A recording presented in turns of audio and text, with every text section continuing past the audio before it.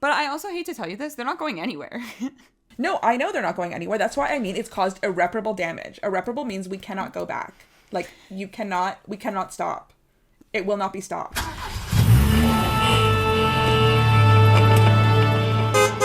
Hi everyone, welcome back to Off to Broadway, the podcast where we deep dive into anything and everything musical theater. I'm Tara. I'm Stefania. And in today's episode, it is the day after the Tony Awards. So you know what that means. It's time for another way back when. So we're going back 20 years ago and looking at the 2005-2006 Tony season, or the 60th Tony Awards. 60th. The concept, they didn't have a host at this Tony Awards, and they just had 60 like celebrities. That's or insane like to me. Broadway people like presenting, legends, I guess, presenting also, at the awards. Did I read correctly that like Harry Connick Jr. like performed with a spinal injury? I did watch the opening earlier. I didn't notice the spinal injury, but he was on Broadway that year. What show was it? Was it the Pajama Game? Am I making that up? He might have been. Yes, I think he was in the Pajama Game. I think that's. Oh, here it is right here. The ceremony. This is on Wikipedia. Harry Connick Jr. opened the show singing 3 popular songs from 3 Broadway musicals. Connick, and then in brackets, who was heavily medicated to be able to perform because of a ruptured disc in his spine. Wow. And then, yeah, he was also a nominee of the cast of the Pajama Game. We're really getting ahead of ourselves here, but, you know, it was important to... I was reading this yesterday, and I was like, wait, did I dream that, or was that a real thing? But no, that actually happened. I just like that it says in brackets that he was heavily medicated. Heavily medicated. Thanks, Wikipedia. No, it is currently the day after the Tony Awards, and we are obviously recording this early because... when you're listening to this, we are on vacation. So we don't even know the results of this year's Tony Awards. But what I do want to point out before we like jump into the 2005-2006 season, I was reading a Vulture article. Well, I was trying to find a paywall bypass because Vulture really hates me on every single like website ever article. Because I know, but like I did this on my work computer and I haven't used Vulture. So like, how did this happen? Wow. Regardless. Yeah. Keep going. Keep moving. Someone was commenting because it was one of their things of like who's going to win the Tony Awards, and you know how sometimes they do those like they're different contributors. It will say like the person's name and like their thoughts, blah blah blah blah blah. So this person was saying that they don't think that this year's revival category is as clean cut of Cats winning because of an upset that happened at the 2006 Tony Awards between the Pajama Game and Sweeney Todd. So we can get into that a little bit later, even though we didn't task ourselves to listen to the revivals. We are really just focusing on, you know, the new musical nominees. But I think we can get to it because, you know, that was an interesting production of Sweeney Todd where Patti LuPone was playing a tuba. So that was the kind of like first John Doyle, I think, kind of actor-musician Sondheim revival that he would then kind of follow up with Company, like the next year, another actor musician Sondheim revival. He did, was it him that did Assassins a few years ago? Yeah, at Classic Stage. Wow, we were supposed to go to that. I know. Thinking back, we had tickets, but you know the pandemic really derailed. Refunded. Yeah, thanks to the Classic Stage company because the refund did come through. April 2020, we had tickets to Assassins at Classic Stage, and then we never saw it. We literally have never seen Assassins. We're never going to see Assassins. Shaw Festival, Classic Stage, just no opportunity to see Assassins. We got to have like Drayton bring it. They'll never do it. No, it's just a bit too I feel like Soul Pepper could do it. They seem like, or like Eclipse could do it, but yeah, we haven't done it in a long time. Can Eclipse do it? Can Eclipse do anything? Like they're doing Punch, the monkey musical. Okay, I guess. But I know, where's your Spring Awakening, Eclipse? Like, we've been waiting. Like, I think that's gone. I think it's been... I don't think that's happening. That's no not longer real. Anyway. We're gonna... My question, though, for those John Doyle productions is, like, what was, you know, Patti LuPone's previous tuba knowledge, tuba experience? Any? Yeah. This is a good... Okay, I'm Googling this. Could Patti LuPone play tuba? Again, we really didn't discuss talking about the revivals, but no, like, we this just is a everything goes kind of episode. She played the tuba in high school. Wow. So yes, she can play the tuba. Amazing. And she also played the glockenspiel, which I'm not super familiar with that is, but what's it called? It's the Orff, I think, is the other word for it. That's what we called it in school. But basically, it's like the wood thing with the metal panels, and you use the little. Am I wrong about that? I have no idea. Look up on Google Images what a glockenspiel is, and then tell me if my description was correct. Glockenspiel. That's what I think when I think of that. Yeah, so it looks sort of like a xylophone, but like not. But yeah. Okay, yeah. Okay, but like metal, right? The little things? Yeah. Okay. Are glockenspiel and xylophone the same thing? No. Xylophones have wooden bars that produce a warm, woody, and short-sustaining sound, while glockenspiels have metal bars. I know this is really what everybody came here for. I know. Today we came here. So you're welcome for the glockenspiel knowledge. Anyway, back to the 60th Annual Tony Awards. The shows that we will be talking about today are... Where are they? The Color Purple, The Drowsy Chaperone, Jersey Boys, and The Wedding Singer. And our winner that year was Jersey Boys. And of these, I've seen two. I saw Jersey Boys back in 2008. We just saw The Drowsy Chaperone this year. And I've seen the Color Purple movie, but that's it. Wow, you were supposed to read the book before this episode. I was supposed to read the book so many times for The Color Purple, but to be honest. And I will put in the clip, last June, I said, you have 1 year to read the book. Oh my God, Steph, maybe it's time to read the book. Maybe it's time to read. I did try to read the book before the movie came out, and then I didn't read the book or see the movie. You have a year. So you have a year. We're holding you accountable now. I have to finish Wicked, and I have to read The Color Purple, okay? We're going. I didn't read The Color Purple, okay? Some people can only read hockey romance right now, and I will be bringing that up later, but yes, go on. Some people can only get through a hockey romance at the moment. Yeah. Color Purple is too heavy. Hockey romance is lighthearted. I have only seen The Drowsy Chaperone, and that was like 2 months ago. So I really, this year is kind of a blind spot in terms of new musicals. The one I was probably most familiar with, The Wedding Singer? Like, should we start there? Crazy? What?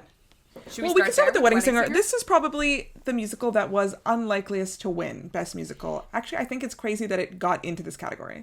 Okay, I was just about to say, I listened to the cast recording of this for the first time this week. I am shocked that this was nominated for Best New Musical.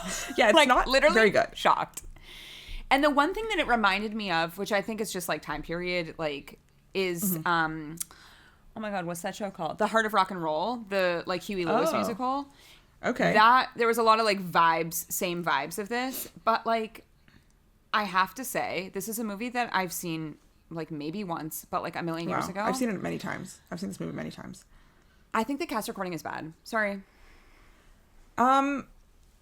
So before, like, I wouldn't call it bad necessarily. I think the opening song is great. The opening is amazing. But like nothing lives up to that is what is like my main thoughts on it. No, the first song is an iconic song. As I was listening to it, I was like, and we knew this, but I hadn't registered to me. I was like, this sounds like The Prom. And that's because it's written by the same people as The Prom. I was like, this has like prom energy, and it's Matthew Sklar and Chad Beglin who wrote the new music for this. There's a couple of like songs from the movie in it, but for the most part, it's original music by them. And as I was listening to it, I'm like, I hear the prom influences in this. The other thing too is that there are two songs that I think are from the movie, or that like Adam Sandler wrote the lyrics. Oh, you said that. Mm-hmm. Sorry, the song is Something Kill is in the title. I don't like that song at all, but when I was listening to it, I was like, oh, this has Adam Sandler written all over it. Yeah, so in the movie, right, it's a comedic moment where he's like upset, he's depressed, right? Like, yeah. I think without seeing what's going on, it's like a hard listen slightly. The song that I liked the best was Pop, but I read in the little thing that like that song was cut for tour because like they couldn't do the staging. So I was like, okay, well then there's actually like nothing for me in this musical. That's so funny. That's hilarious. No, to me, I knew though It's Your Wedding Day, obviously, and then I also knew Someday, which is like the second song of the show. because at my previous dance studio, a younger dancer did like a musical theater solo to Someday. Fun. Which is random. So I was familiar with that song as well. I think, so it's Laura Benanti who's playing Julia in this musical. And I think even she at the time felt she was miscast in this part. Like, just she wasn't right. I mean, she has a beautiful voice, but wasn't obviously using it to its full potential in this. Mm-hmm. She's so funny, Laura Benanti. But again, I don't know if like her comedy really like landed in this, because also like she's such a sweet, earnest character. She's kind of like more of the straight man in this. Yeah, I don't know. It's not very good. I'm sure it was an absolute blast. But it did have a life. Like, it was on Broadway. It had a U.S. tour. It had a UK tour. Mm. It had another U.S. tour. It had another UK tour. Like, people saw this. No, I think it's fun. It's a movie that, like, so many people know and love. Like, I've seen this movie so many times. And it has great name recognition. Also, it's probably really fun to, like, costume and choreograph, because it has those 80s influences. You know, you can get costumes like that easily. Sure. Yeah, with great wigs. It's just an absolute party. Like, it's a rom-com, so at the end, you know, you're leaving the audience like walking away with joy. I'm sure it's so successful licensing wise, because audience, like, if you're a regional theater and you're putting a season together, you're like, oh, I have a hit here with The Wedding Singer because people already know this story. People love this story. And, you know, you can program your like musical comedy spring show with The Wedding Singer. And it's just like a simple, it's like a great choice, has a big cast. You can do fun dance numbers.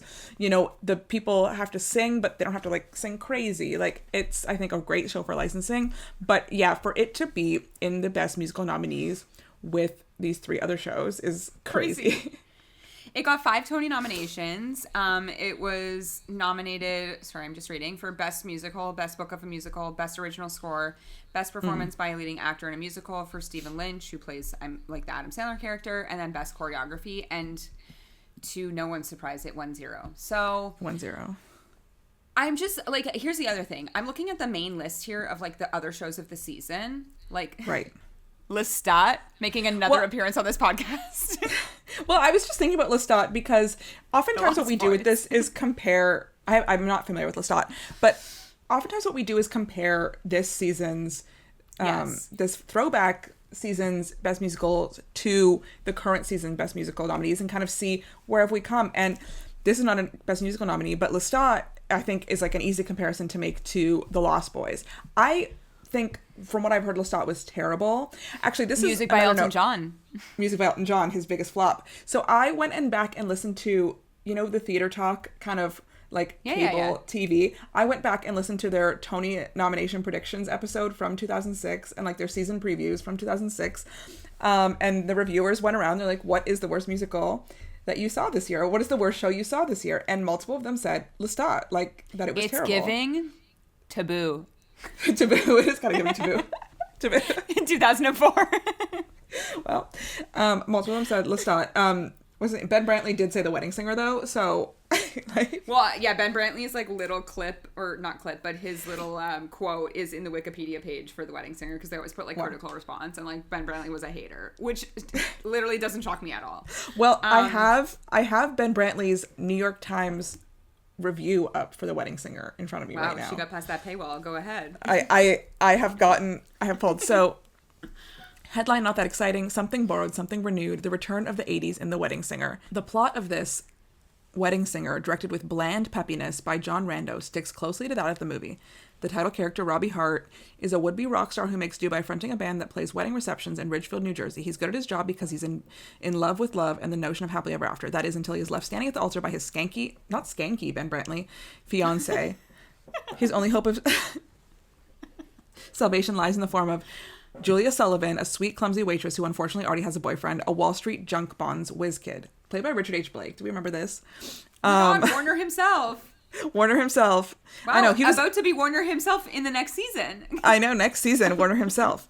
This review is actually not that scathing, but let me close it out. It says everything's about this musical's priorities that it brings down its first act curtain not on a suspenseful or emotional moment between Robbie and Julia, but on the image of a scantily dressed woman in a profile in a chair. being doused with a bucket of water. If that image doesn't make you think, what a feeling, then The Wedding Singer is probably not your show.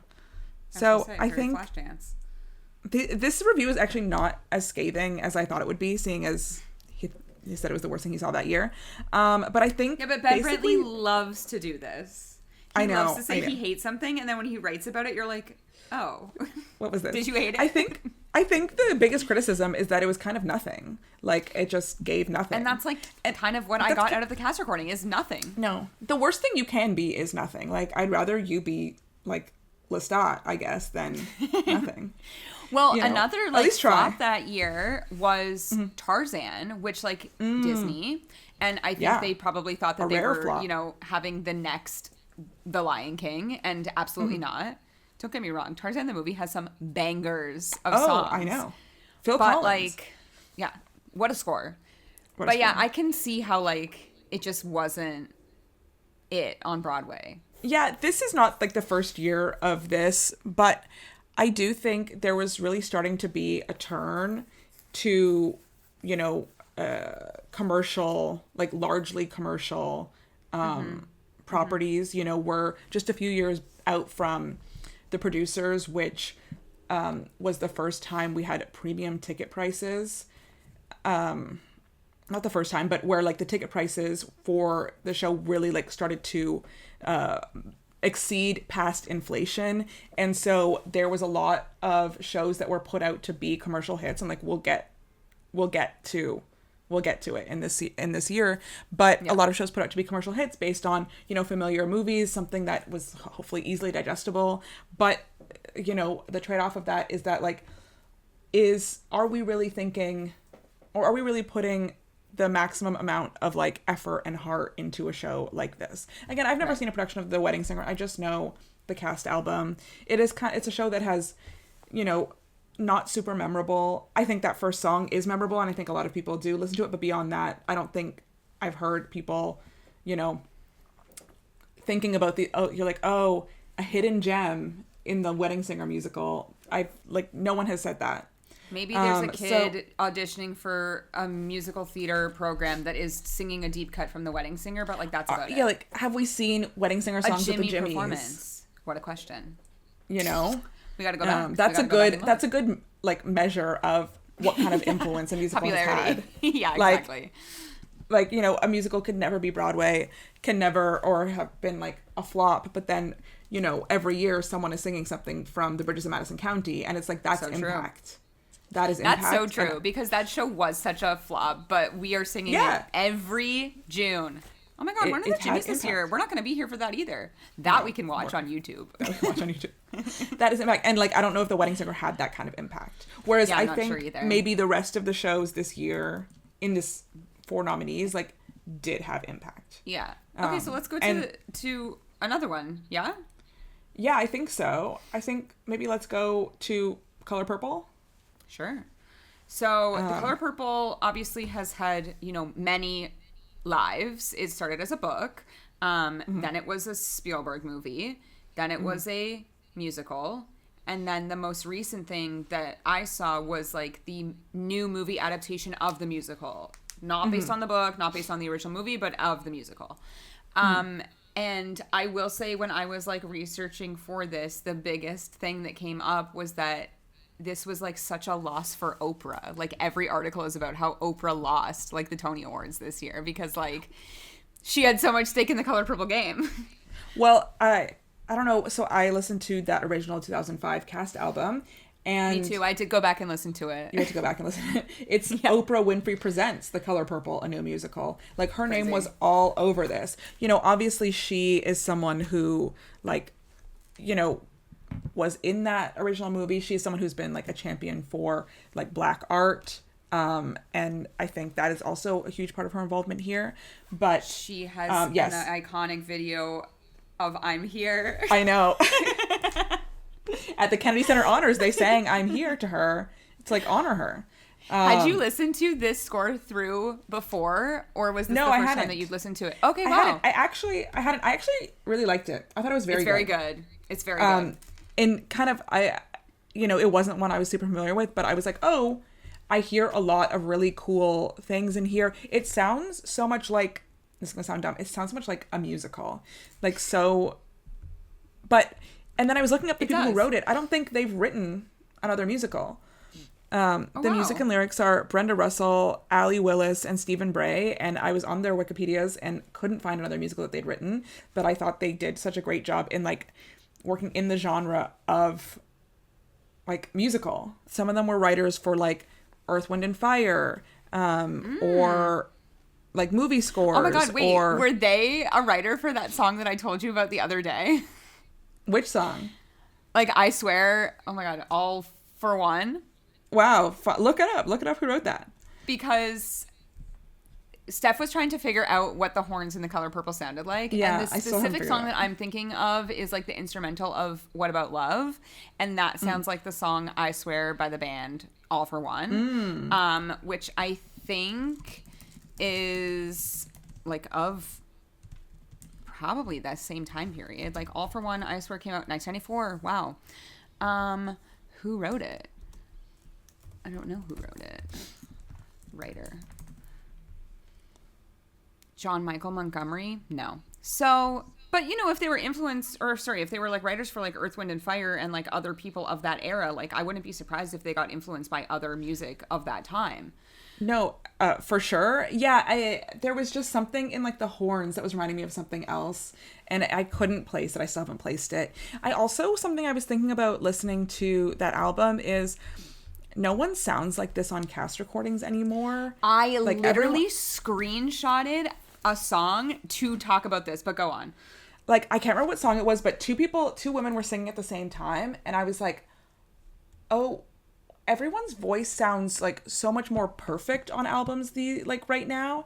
And there was just something about like even just like the tone of the note that was held that I was like, no one sounds like this on a cast album anymore. Yeah. I can't place the exact moment, but it just struck me that, you know, they've evolved, and probably 30 years before, like no one sounds like they sounded on a chorus line either or on the original Les Mis. But, you know, what we're demanding of voices on our cast albums has like changed so much. And I don't know, I really liked it. What I was going to say kind of similarly to that is that like at one point when I was listening to this, I'm like, was this live? Because like the cast album has such raw emotion to it. The song that I screenshotted was Lily of the Field, which is like, I don't know, I can't remember like off the top of my head if it's Nettie or if it's Celie, but somebody is screaming.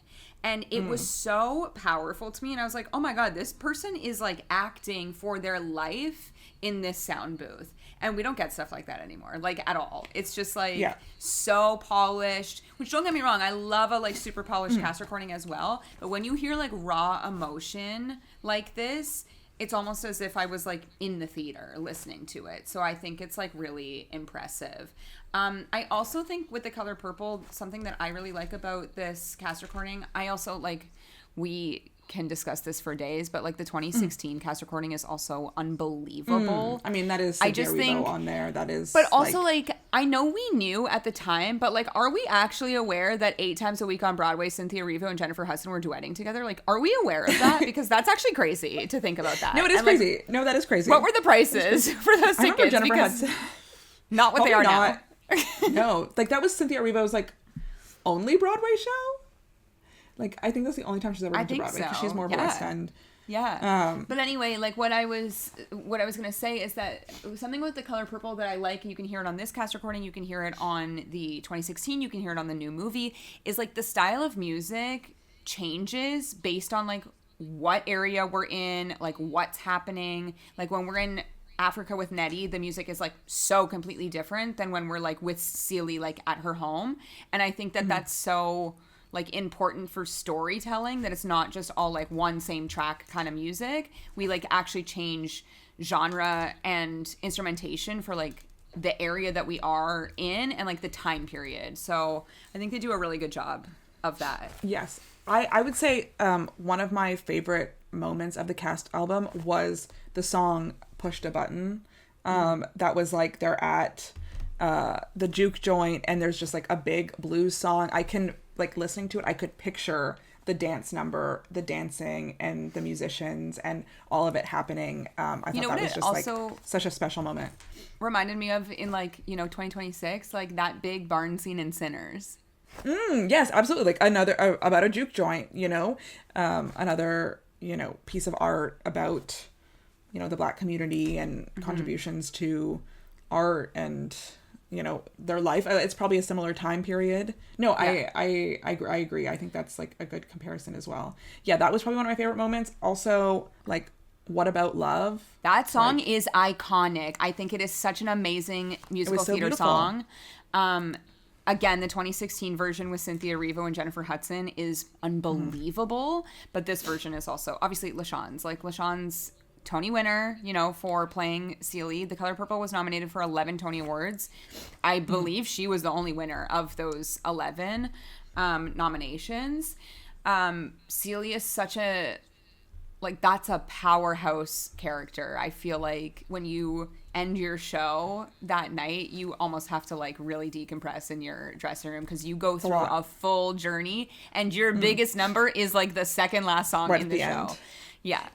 We saw, Cynthia Erivo was asked during the Wicked press tour, what's harder, Defying Gravity or I'm Here? And she's like, I'm Here is harder because, like, you have to go up and then come back down multiple times in the same song. She's like, Defying Gravity is just like, you go up and then you kind of stay there. Yeah. Whereas this, you kind of have to like really modulate and like stay calm to be able to go. Well, also like, the raw emotion in I'm Here. Yeah. You were at my house, you and Char were at my house when we saw her performance for the Tony Awards, and like, I was crying, and like there's a video that I love on YouTube. It's a bootleg, but like someone was like in the theater filming for like either it was the performance after the Tonys or like her last show, and like that woman is going for it. Like she leaves nothing back on that song, and I can only imagine what it was like to hear LaShawn sing that like 20 years ago, because also one of the best voices in this industry. Yeah. She's so good. There were moments where I was thinking of Once on This Island as well, and I think it was just like the LaShawn, the steel drums too. Yes, exactly. Like similar influences coming as well. But yeah, I think this is a really great cast album, and I think it like captures the feeling of the show, just throughout it. It's a long one too. It's like an hour 20. What? Paul Tazwell did the costumes in 2005. Oh, Paul Tazwell did the costumes. Great. It is a long cast recording. You're right. Yeah. It is. Whereas like, Jersey Boys, which we'll get to, was like 52 minutes. I was like, great. Yeah. Okay, thank you. Yeah. Whereas this was an hour 20. But I think very worth it. I'm just reading like the almost like road to Broadway. So they did workshops in 2004 at Alliance Theater in Atlanta. And then it was on Broadway at the Broadway Theater. Wow, big theater. That is a big theater. That's a big house. December 1st. 2005, and like the names are here: LaShawn's, Brandon Victor Dixon, Renee Elise Goldsberry. Like we had heavy hitters back then, and then it's had like so many lives. It's been on tour in many places. Like, is the Shaw Festival doing it next year? Like there was rumors that they were doing it this year, but then apparently there was a cast audition list for it again this year. So like I feel like someone is trying to do The Color Purple at the Shaw Festival, and I want to see it on stage. Like I think the oh my god, what year did that movie come out? Was it like 2023 now, I guess, the new version? Yeah, it was pretty recent, maybe 2023. So Fantasia Barrino as Celie from American Idol. She went on tour with it. She toured it. She did. There's also like lots of videos of Fantasia doing it.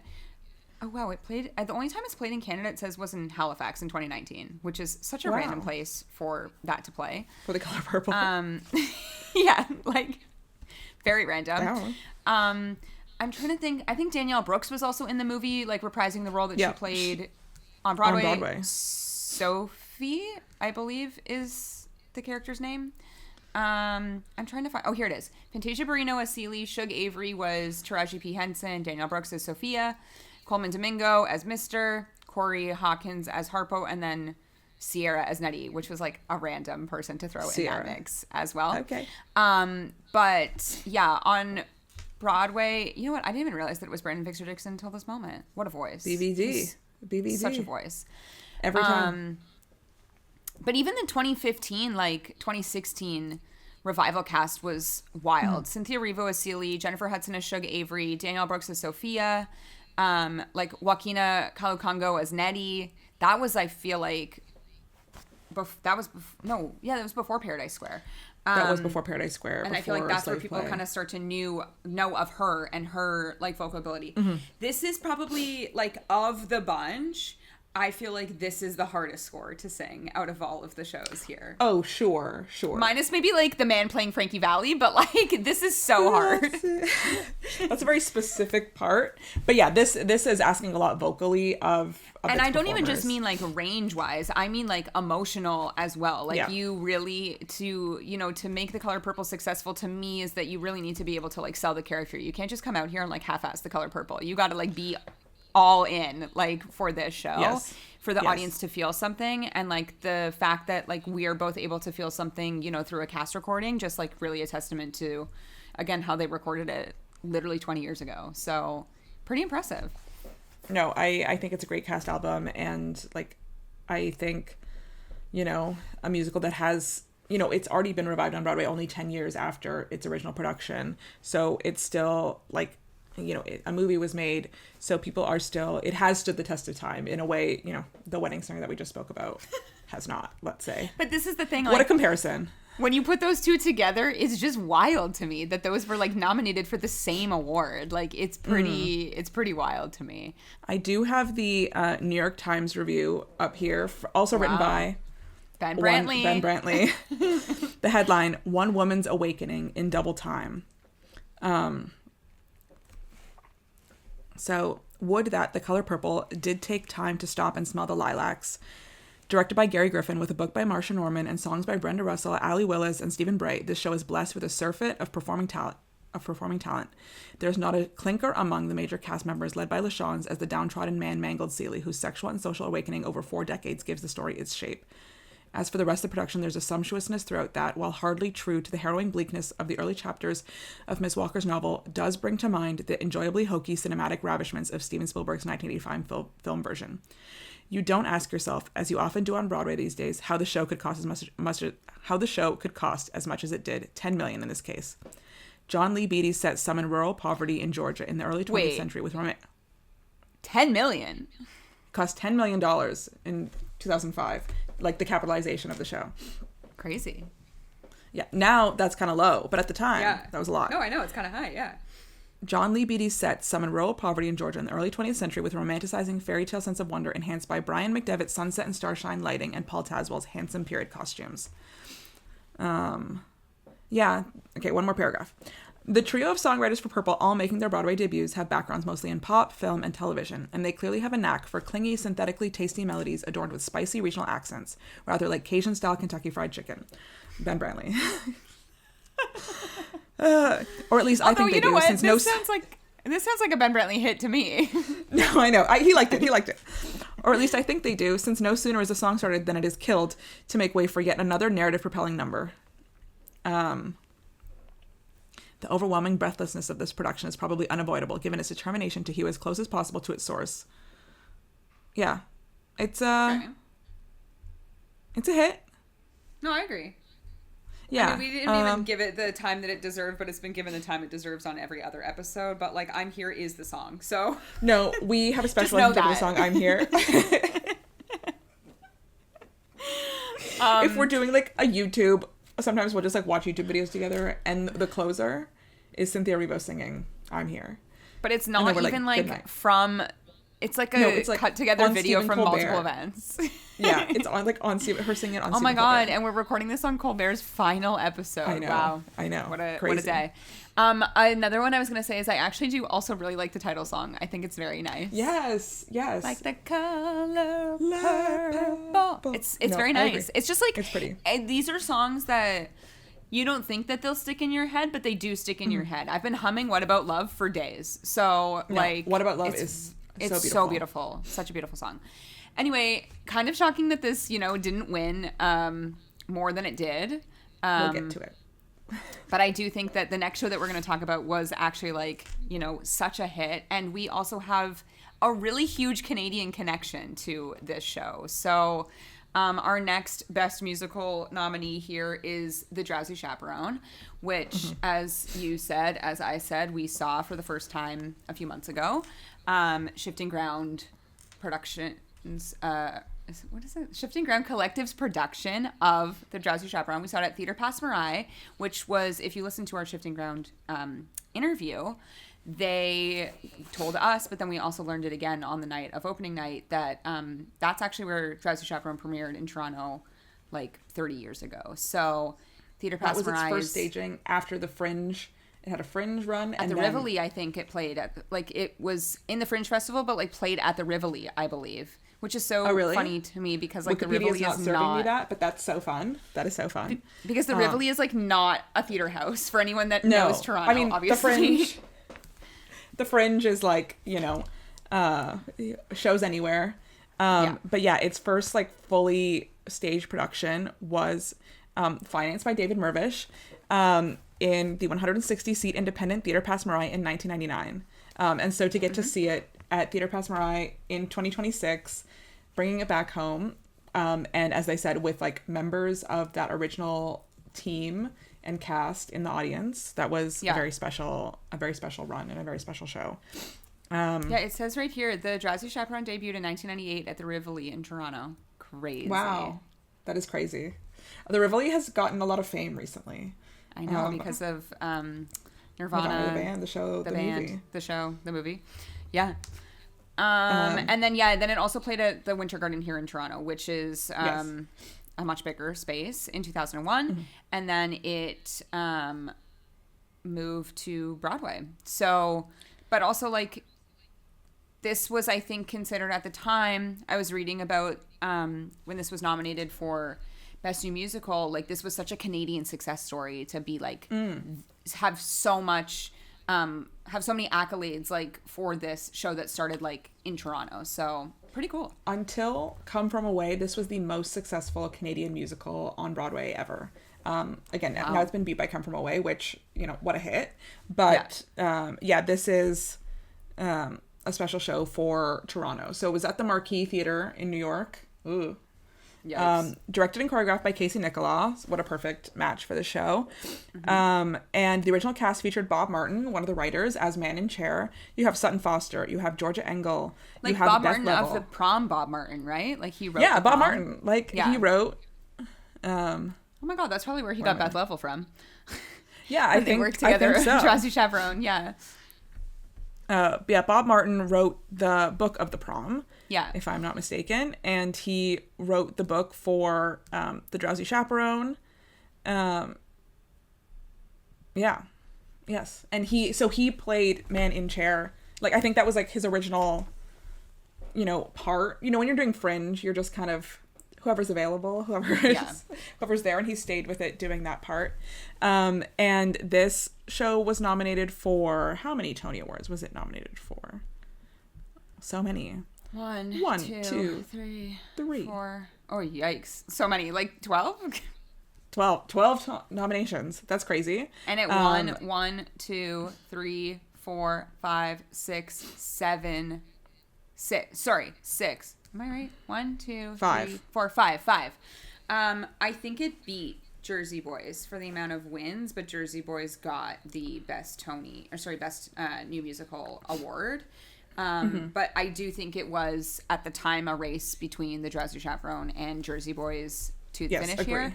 But also, like, that's what it sounded like on Theater Talk when I was listening back to they said, you know, that was who the race was between. Yeah. It was interesting to get that perspective, you know, before the awards happened, and they were just kind of predicting at the time. Yeah.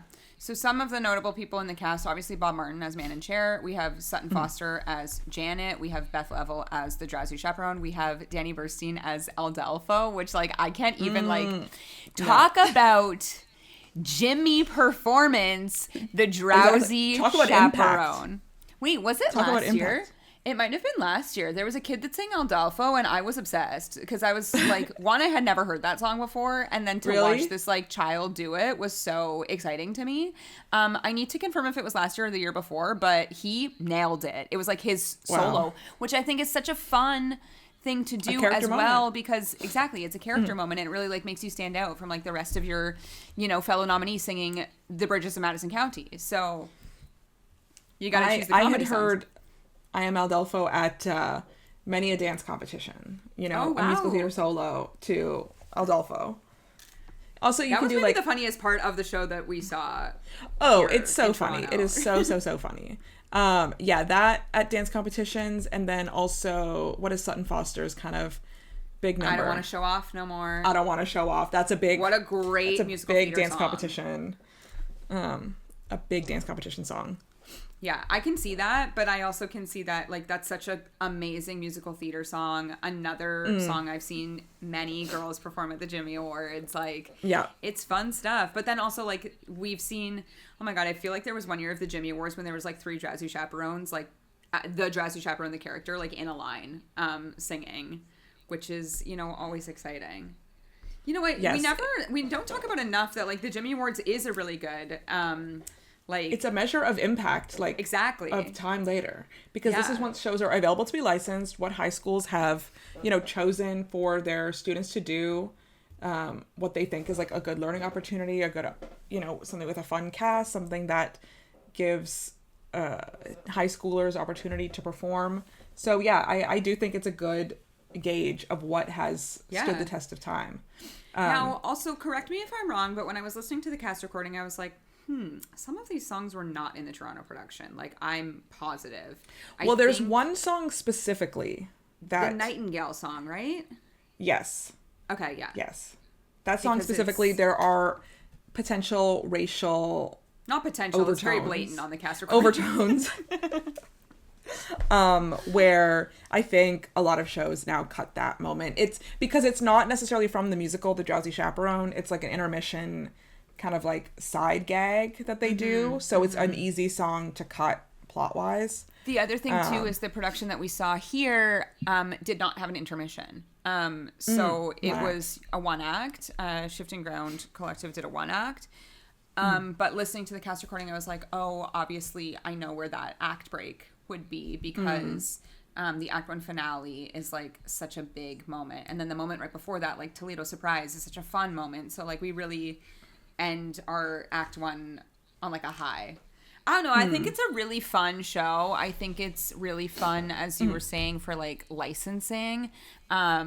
This is one that, you know, anybody and everybody could do. I don't think it's like done enough.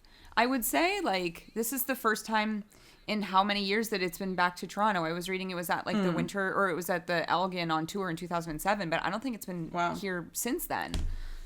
Yeah, I'm not sure. I'm not in like a major professional production, for sure. But I understand why like the high schools are doing it at the Jimmy Awards. There's so many characters in this musical. Yes, that you so can many like characters. really fill your full drama class.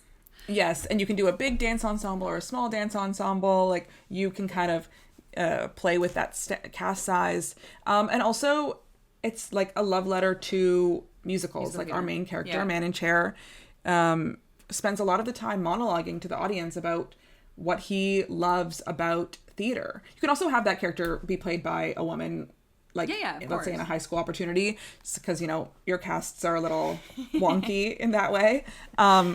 And so yeah, it is a love letter to musicals, and it kind of is trying to capture or explain, you know, what it is about live theater and live performance that keeps people coming back. I think if we're drawing parallels to the current season, I think the parallel here is to Schmigadoon, another musical that is, you know, drawing from musicals of the past, writing songs and writing music in that like image of these older, more classic musical theater songs, and expressing, you know, what we love about musicals and about these live shows.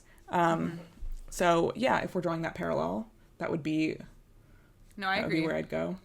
I will say, I think towards the end of the Drowsy Chaperone, like there's a really nice monologue by Man in Chair that like for theater fans, it's just like, it's very heartwarming.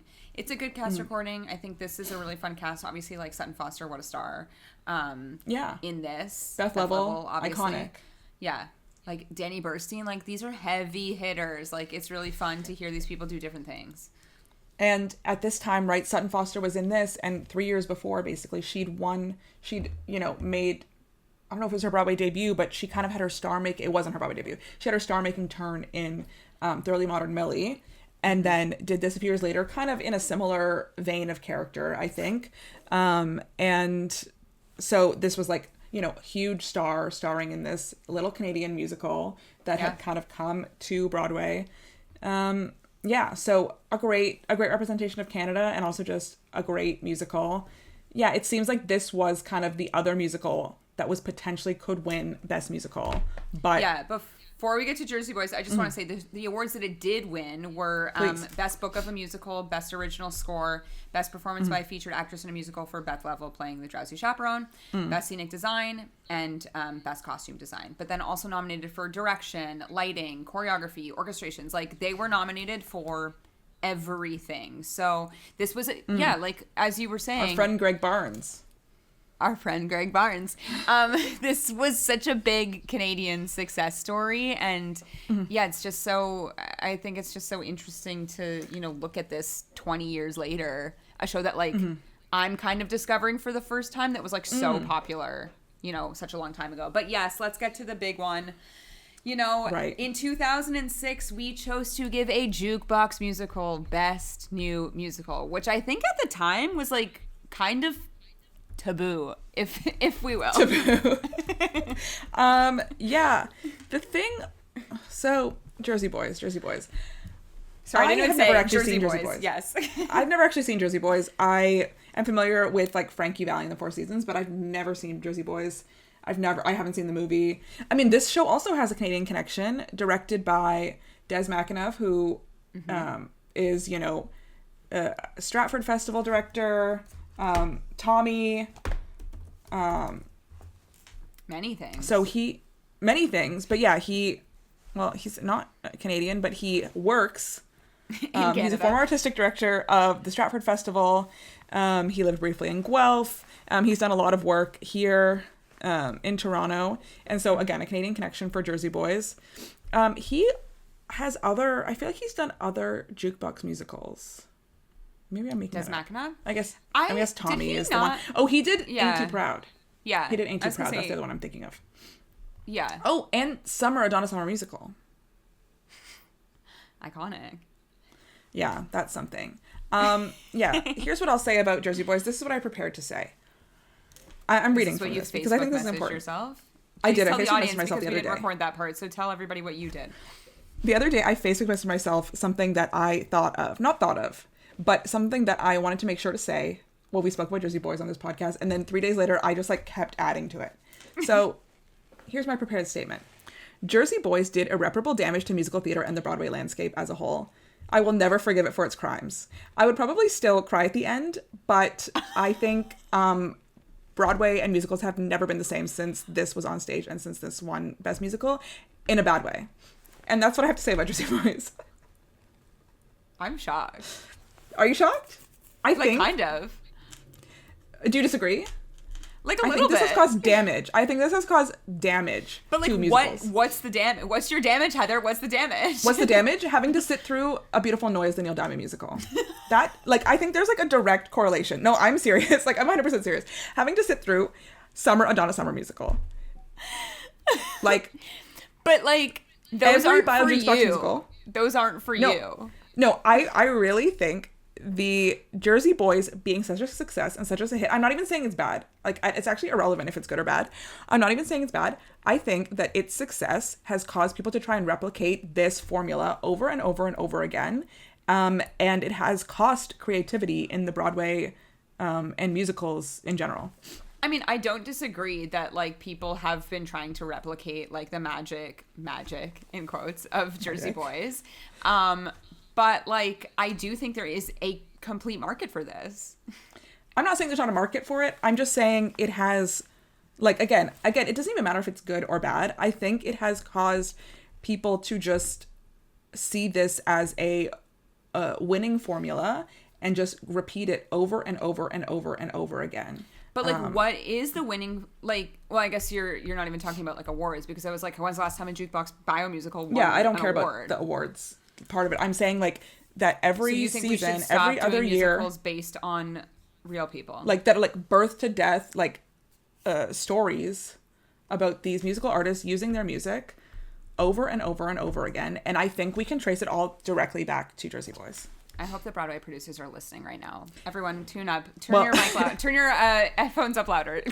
Yeah, listen like, to me. I don't disagree that the formula has whatever, but like we do have to look at this in like a marketing, money making like aspect, because that is what Broadway is, and these are their money makers. So they'll never stop. No, they are money makers. They are money makers, but I just don't find them. And do you want to go see Sinatra the musical? Excuse me.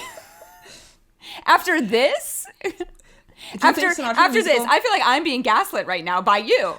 Do you think Sinatra the musical would even be happening if Jersey Boys did not win Best Musical? No, but why would we support it if you think that it's caused irreparable damage?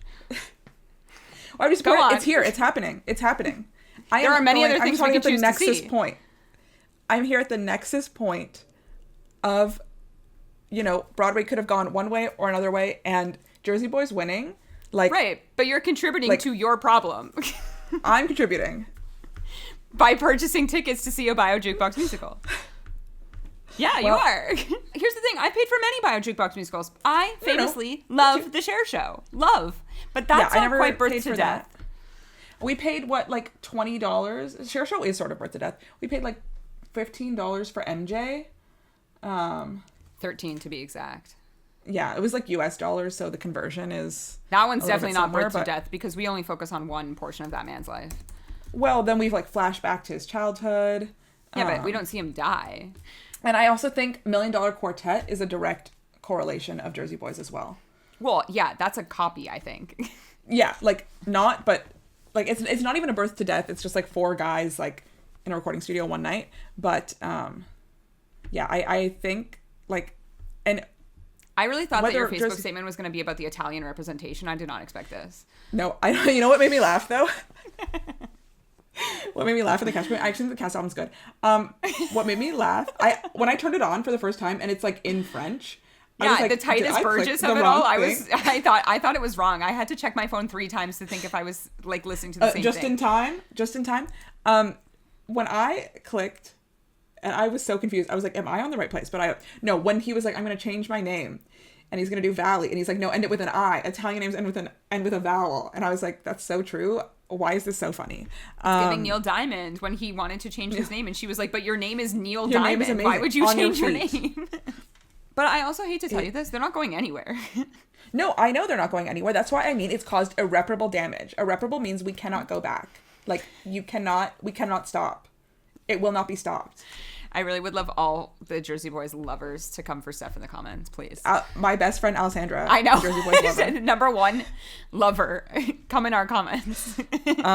But like I actually dance to like not Jersey Boys, but dance to Frankie Valli at her wedding. Like loves the Four Seasons. Wow. So yeah, that's how I feel about Jersey Boys. Tara, do you have any thoughts? I actually think the cast recording is iconic. So yeah, no, I think it's good. When since I listened to it, I've been singing "Who Loves You?" Yeah, baby, who loves you? Yeah, it's so good. No, because the music is amazing. And this is what they're counting on, that the music is amazing. Yeah, of course, and it is. Like in all of these.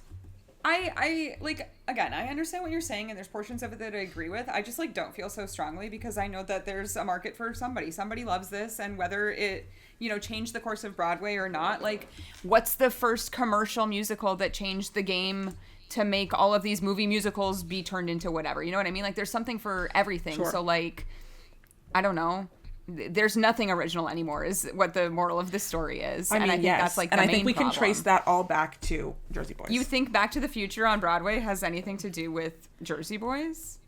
Honestly, yes, because I honestly do. You think the Lost Boys has anything to do with Jersey Boys? I think the Lost Legally Boys Blonde, and the musical, has anything to do with Jersey Boys? Mean Girls? I can keep going. SpongeBob? Like, I don't think SpongeBob and Jersey Boys are correlated. No, I don't think, I'm not saying like that they're the same style of musical, but I think. No, I don't think like, so either, but I think you the think major Jersey success, Boys' Damage made SpongeBob the musical? Yeah, I do. I think like there are through lines. There is like a thread that has caused this. Okay. I also think SpongeBob is pretty good, so I'm not even mad about it. But like, you're just mad about this. No, I like, again, it's not, I'm not even saying Jersey Boys is bad. That's not even what I'm saying. I'm saying you just think it's changed the course of history. It being the hit it winning Best Musical, like, changed the course of musical theater. In a bad way. Okay. Yeah, I guess my argument is that I don't think that it's necessarily in a bad way because nothing was ever original to begin with. So I think if this hadn't won Best Musical, we would not have had to see Neil Diamond in Therapy. I mean, we didn't have to see that at all, but we did. Well, I'm saying no one would have had to see it. But this is the thing. I feel like my struggle with this is that, like, but if someone loves it, then, like, why can't they love it? You know what I mean? Like, what's the problem with that? They can love it. And also, like, who's to say that Neil Diamond wouldn't fund a musical for himself without Jersey Boys? Maybe. He might have. I mean, maybe. He might have. But we might not have, made it to this level if we hadn't, like, had this, like, proof of concept with Jersey Boys. How dare we give this beautiful noise slander on, like, the eve of Nick Fradiani's 1,000th performance? Like, congrats to Nick Fradiani, who loves Neil Diamond. Many people love Neil Diamond. My parents enjoyed A Beautiful Noise, a Neil Diamond musical. But, yeah. And that's what I have to say about Jersey Boys. Again, a beautiful cast album. The music is so good because, of course, it is. Like, it's Frankie Valli and the Four Seasons. Yeah. I did see Jersey Boys in 2008 in Toronto at the Toronto Centre for the Arts. This was Dan Cap, R.I.P. Some notable people in this production: Jeremy Kushner as Tommy, who is about to be in, which we have not discussed, but this, like, Raul Esparza Galileo musical coming to Broadway next year with Joy Woods. And the one that really stuck out to me here is, guess who played Frankie Valli? Oh, God. I have no idea. We've seen him in many productions. Not many. We've seen him in one production, but we've seen him at the theater many times. We've seen him at the theater many times? John Carriani? Like, why am I... No. Jeff Madden. Jeff Madden! Oh my God, wow! On tour. Or was it Canadian production? No, I don't know if it was a Canadian production. Like, Tony, what's his name? Jeremy Kushner is Canadian. The other people here, their names are not highlighted, so, like, unknown. Oh, sorry, it was a Canadian production. You're right. So Derek Krantz as Bob, Michael Lomenda as Nick, Jeff Madden as Frankie Valli, and it was here for 2 years. Wow. And then Dan Cap, like, tragically, went bankrupt. They were really, like... For anyone that's listening that is not in Toronto or Canada, Mirvish is our biggest, like, theater house here, but Dan Cap really tried to give Mirvish a run for their money in the, tried to be early to mid 2000s. Competition and bringing in tours and doing musicals. But it didn't last for very long. But it was a good production. And you know what is so memorable to me? We were sitting very close, and this was the first time ever that I witnessed, like, an herbal cigarette being smoked because I, like, vividly remember the smell. Wow. And I think there was a warning when I saw about Memphis this. on Broadway, the herbal cigarettes. That was my first herbal cigarette. Everyone's got their first herbal cigarette memory. And it's share yours in the comments. What was the first show you saw where they were smoking an herbal cigarette? Because I do feel this is a coming of age moment. You're like, wow, they're smoking inside. Well, it's also like you don't know exactly what it is until you, like, get a whiff of it. You're like, whoa. Yeah. I think there was a, like, warning for people sitting in, like, the first, like, 5 rows because, like, if you do have an allergy, like, it can really, or asthma, it can really affect you because the smell is so strong, like, much stronger than you would ever picture by just us saying this. But yeah, that was, like, so memorable to me. So the thing that I know most about Jersey Boys is, my first herbal cigarette in a theater experience. I have Ben Brantley's New York Times review about Jersey Boys pulled up. So here's the title: From Blue Collar Boys to Doo-Wop Sensation, a band's rise and fall. Okay. I feel like Ben Brantley loved it without even thinking. He enjoyed. Our superstar hero, I'm going to read some selections. Our superstar hero in this case, the singer Frankie Valli, played by a genuine star in the making named John Lloyd Young. Where is that man? He is not what star? He kept going back to it. I think he closed out the show. Has already scrambled from the mean streets of his youth. Didn't we read last week that Mark Ballas closed out the show? Oh, wow. Did he? We did. I thought you read this last week. Maybe. I feel like he went back to it. I feel like he did this a lot. Maybe he did the closing 5 performances, but Mark was the final Frankie type thing. He was at the end. Sorry, let me keep going. But there's this one song, that he knows can push him back into the big time, and no one will play it on the radio. So he takes his song straight to the people, and by golly, when he's finished performing it, the crowd goes wild. I'm talking about the real, mostly middle-aged crowd at the August Wilson Theater who seem to have forgotten what year it is or how old they are, or most important, that John Lloyd Young is not Frankie Valli. That song, by the way, is Can't Take My Eyes Off You, an aftershave soak lounge ballad that was a hit in 1967 and is not a personal favorite of mine. Oh, Ben Brantley. Ben Brantley but that's not the point. Can't Take My Eyes Off of You. Okay, so this is actually not a rave, but this is interesting. But that's not the point, nor is the point that Mr. Young, who has been doing a swell imitation of Mr. Valli's trademark nasal crooning throughout his behind-the-music style concoction, directed with more efficiency than originality by Des McAnuff, has again delivered a spot-on evocation of a voice that continues to dominate golden oldie stations. But in a year in which one pop songbook show after another has thudded and died, Jersey Boys passes as silver instead of as the chrome-plated jukebox that it is. Unlike the recent Broadway flops, Good Vibrations, The Beach Boys Show, All Shook Up, The Elvis Show, and Lennon, you figure it out, Jersey Boys has the advantage of featuring singers that actually sound like the singers they're portraying and a technology-enhanced band that approximates the original sound of their music. The show's straightforward biographical approach is a relief after the hagiography of Lennon and the clunky fantasy storyline. Sorry to interrupt, but What? Lennon was the same season. Yeah, Lennon was the same season, and I think it was more...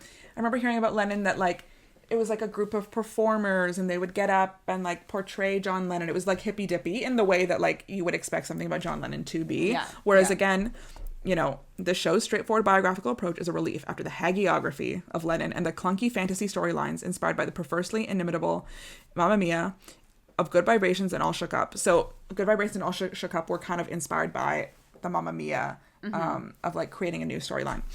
But ultimately, what's demanded by the baby boomer theater goers that Jersey Boys seems destined to attract is mimetically precise renderings of songs like Big Girls Don't Cry, Ragdoll, and Walk Like a Man, composed by Mr. Gaudio with lyrics by Bob Crewe, portrayed here as a gay diva of a record producer by Peter Gregas. Because the show uses mood-setting standards by other artists in its first quarter, you can feel the audience getting restless, waiting for the real thing. But once the Four Seasons classics are rolled out, every other pair of shoulders in the house starts a twitchin'. With their 3-part harmony behind Mr. Valli's hearty falsetto, the group's songs were made exasperatingly infectious, and is choreographed by Sergio Trujillo.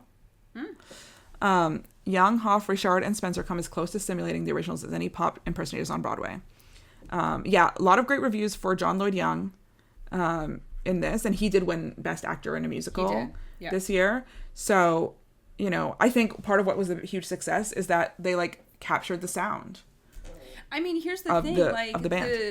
The comparison to these bio jukebox musicals is also the success of cover bands that, really their entire career is to cover a band. Yeah. They go on tour, people go to see them, people love this stuff. This is what you want to capture the same feeling that you might have felt if you saw this at a concert when you were 17 years old.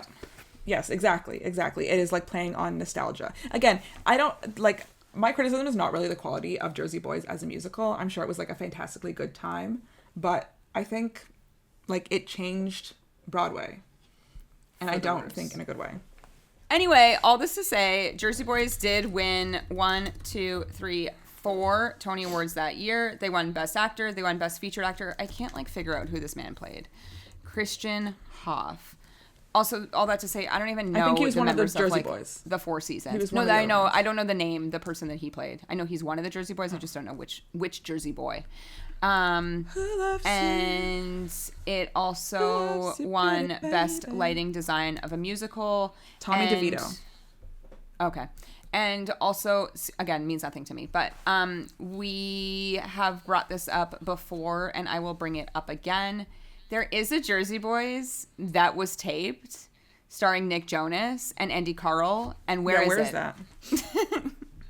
Where is that? And what year was that taped in? Because none of these people look the same. It was 10 years ago. So pretty crazy that, that's been taped and never released. Because I'm sure someone would like to see it. Yeah, I think it's crazy that we have this like in the vault somewhere. I think it's still on everyone's IMDb page, if I'm not mistaken. I think it says like Jersey Boys, in but then production. it says like in production. Post-production. And it was supposed to be like in the same kind of vein of like a Grease Live and like a Sound of Music Live. Yeah. Like it was filmed for that purpose, but I don't know. Yeah. We've stopped doing those like live shows. So, I know. Remember like Jennifer Lopez's Bye Bye Birdie? That was about the same time of the announcement of like Jersey Boys, except Jersey Boys was actually shot. So they actually did shoot Jersey Boys at the Lincoln Center Library. I wonder. No, I don't think so. But yeah, I am curious. Where did it go? I think the last thing that was live was The Grinch with Matthew Morrison. And you know what? That says a lot. That says that we should have canceled all live performances after that. And that's that.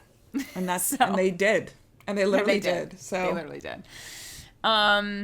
So yeah, also as I said at the beginning of the episode, you know, the revivals that year was like kind of interesting as well. We had the Pajama Game, we had Sweeney Todd, and we had Three Penny Opera. And Pajama Game beat Sweeney Todd, and as I said, this was kind of like the Cats versus Ragtime of 2006 because Sweeney Todd was kind of like the new inventive production a la Cats, and Pajama Game was like kind of standard a la Ragtime. So what's going to happen this year? You'll obviously know on the day that this episode is released. What's the third nominee this year in Revival? It's like not Rocky Horror. With me. Rocky Horror. I don't know if that's quite the parallel to Three Penny Opera then. I don't think so. Maybe it is. I heard Three Penny Opera was not good at all, so maybe it's like... We've heard Rocky Horror is not bad. Yeah. So... but it's not going to win. No. But also what we have heard as of today, again, this is like slightly irrelevant because this episode is airing the day after the Tony Awards, but as of today, May 21st, all musicals and all revivals will be getting performances at the awards. So that doesn't always happen. But I think because, you know, our numbers are really small this year, we can have 9 performances. It's not a problem. Yeah, no. 9? Less? It might be less. What did we have? Well, 5 best musical. No, 4 3. Best musical. Yeah, sorry, way 4 less. Best musical and 3 best revivals. So 7 performances this year. So that's why everyone's sorry to Chess, sorry to Beaches, and sorry to the Queen of Versailles once again. And Mamma Mia and Beetlejuice and all of everybody else that was there. But those are the main ones. Oh, and also this is like way, way late now. But I would just like to say, and this is like not a good thing that I predicted it correctly, but I did predict correctly that Beaches would be closing on a holiday weekend. So Beaches is now closed when you're listening to this episode. I'm shook. Death Becomes Her is closing. That's crazy. Oh my God, yeah, that one is crazy. And you know what's crazy about that one specifically is that everyone really was like waiting for a West End announcement. And that never happened, and now we're closing. The grosses have been quite interesting for the last little while. I honestly think since Megan Hilty left, like things have not been as great, which is crazy to me because like Betsy Wolfe is still Betsy Wolfe, but I know she's no Megan Hilty. But she's no Megan Hilty. Yeah, basically their closing announcement was like, we're closing, but we're going on tour. So it seems like they're kind of like putting all of their marketing into tour now, but... A lot of people on the internet are blaming the producers for this closure because everyone thought that it was going to be a really long run. And so much of that original cast is still in it. So a year and a half is very respectable though. Like, no, I agree. But like for how iconic that show is, it's kind of crazy to me. No, I was surprised when I saw it was closing. I did not expect that announcement at all. But a year and a half plus run... No, I know. And a show that's like pretty cast based is pretty respectable, I think. Yeah. So yeah, that is the 2006 Tony Awards. A little sneak peek into next year. Oh my God, speaking of. Some of the original musicals that were eligible for the 2006-2007 Tony Awards, the 61st annual Tony Awards, The Grinch. Oh my God. Everything just always ties back together. Curtains, Grey Gardens, High Fidelity, Legally Blonde, Love Music, Martin Short, Fame Becomes Me, Mary Poppins, The Pirate Queen, Spring Awakening, The Times Are A-Changing. You know what? I'm not even going to tell you what was nominated. You can just sit with that list. And you can figure out what was nominated from that. And then the revivals that year were The Apple Tree, A Chorus Line, Company, Les Mis, and 110 in the Shade. Many of these unfamiliar with. Oh, sorry. Before we move on, I do need to talk about the 2006 Tonys having something extremely bizarre that never, ever came to fruition ever again. So in 2006, there was a Tony category that was created. And this was Best Recreation of a Leading Role. So basically, what that means... Replacement. Which I feel like we're, like, fighting for this in 2026. Like, please, let's have a category for, like, the ensemble. And I disagree. No Best Replacement. I just don't think Best Replacement works. Really? Yeah, I just think it's so too hard to measure. That's too hard to measure, too hard to count. I think this is like the reason that, you know, nothing ever came of this. So basically this was like brought to the table for the 60th annual Tony Awards. And what ended up happening was when they went to vote, there was a tie. So it says no award was given in 2006 because neither of the two performers nominated, Jonathan Pryce or Harvey Fierstein, sorry, there wasn't a tie, received the necessary 16 votes for a win. And then literally after that year, they were like, we're not doing this anymore. So I don't even know why they announced it in the first place. But the Tony committee did vote, but they did not get enough votes to be nominated. So then there was just no nomination. Yeah, and it's like, how do you measure, like, who's seen it? I think it's just... Tony Awards are about the show as it is on opening night. Like, well, I guess shows are living and breathing, and they keep going, but the Tony Awards are as the shows as they are on opening night. Yeah. I guess the only, like, comparison for this would be, like, you know, somebody in a revival, but that's its own thing. Like, they could still be eligible for an acting category because they're in a new production of that show. I was like, what did Harvey Fierstein step in? And, like, what, like, how long has that show been running? You're right. Like, there's no way to actually measure that. Because let's say, like, a show like Phantom that's been running for, well, not anymore, but was running for, like, X number of years. Like, if a new Phantom was nominated every single year, like, that would be crazy. It's possible. It's possible. Yeah, like, when do you have to have started? Yeah, I just think it's hard to measure. And, yeah, I just don't... And I don't turns out... That's what, like, the Broadway World Fan Voted Awards are for, you know, best yeah, exactly. Or like best what's it called, like new performer or something like that, like someone that's like having a Broadway, like best Broadway debut is like something that you vote for as like a fan. So exactly, yeah, I don't know how this got passed in the first place, but it was just like interesting to me because there's so many articles about it being like what a bizarre award to, you know, bring to the table and then never give out and then immediately get rid of it the following year.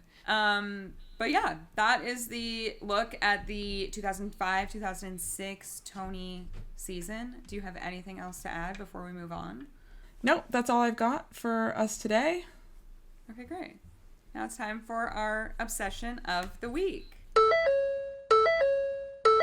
My obsession is there was a musical that played off-Broadway last year, and their cast recording at time of record is actually coming out tomorrow. And this musical is called Picnic at Hanging Rock.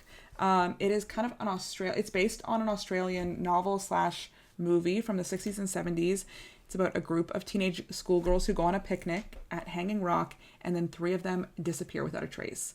And then it kind of, you know, explores these girls who have disappeared, the girls who are left behind in Australia. And so this cast album comes out tomorrow, but they released a sneak peek song, and the song is called Time and Place. And I just thought it was a really, really beautiful musical theater song, something that I haven't heard. It doesn't sound like what is coming out recently. It kind of feels like a bit more of a throwback in terms of musical theater writing. And I love that it's like telling female stories of coming of age. And I'm really interested just to hear, you know, what happens with this musical next, as it's something new, original, based on a movie, but based on something that like not everyone is super, super familiar with. So there's a lot to explore within it. So I just thought it was a really, really beautiful song. Time and place. Nice. Thank you. Tara, what's your obsession this week? Okay, my obsession this week is a musical that I've talked about a million times. Not a million times, but I have used different songs from this musical like 3 separate times on different obsessions. But there's actually so many ties here. 1, we talked about the Jimmy Awards today. This is a tie. And 2, you brought up Hockey Romance. And I know that by the time this episode airs, we're late to this game because no one's going to care about this TV show anymore. But I need the internet to know that we were Antonio Cipriano fans first. I just need everybody to know that. This man have a cameo from him. I don't know that I was like 100% paying attention to his Jimmy performance in 2017, but we were definitely there in 2019, specifically December 2019, to see him in Jagged Little Pill on Broadway. We know the lore, we know everything. I just think it's so funny because like the entire internet is doing like thirst edits over Antonio, and it's like none of you even know that he can sing. Like, do you even know what the man is capable of? Have you been here? Have you been here the way I've been here? Have you been here the same way that we have been here? Anyway, like, no. All this to say, this is kind of a timely obsession, and I hope that it's still streaming by the time that this episode comes out, but I think it will.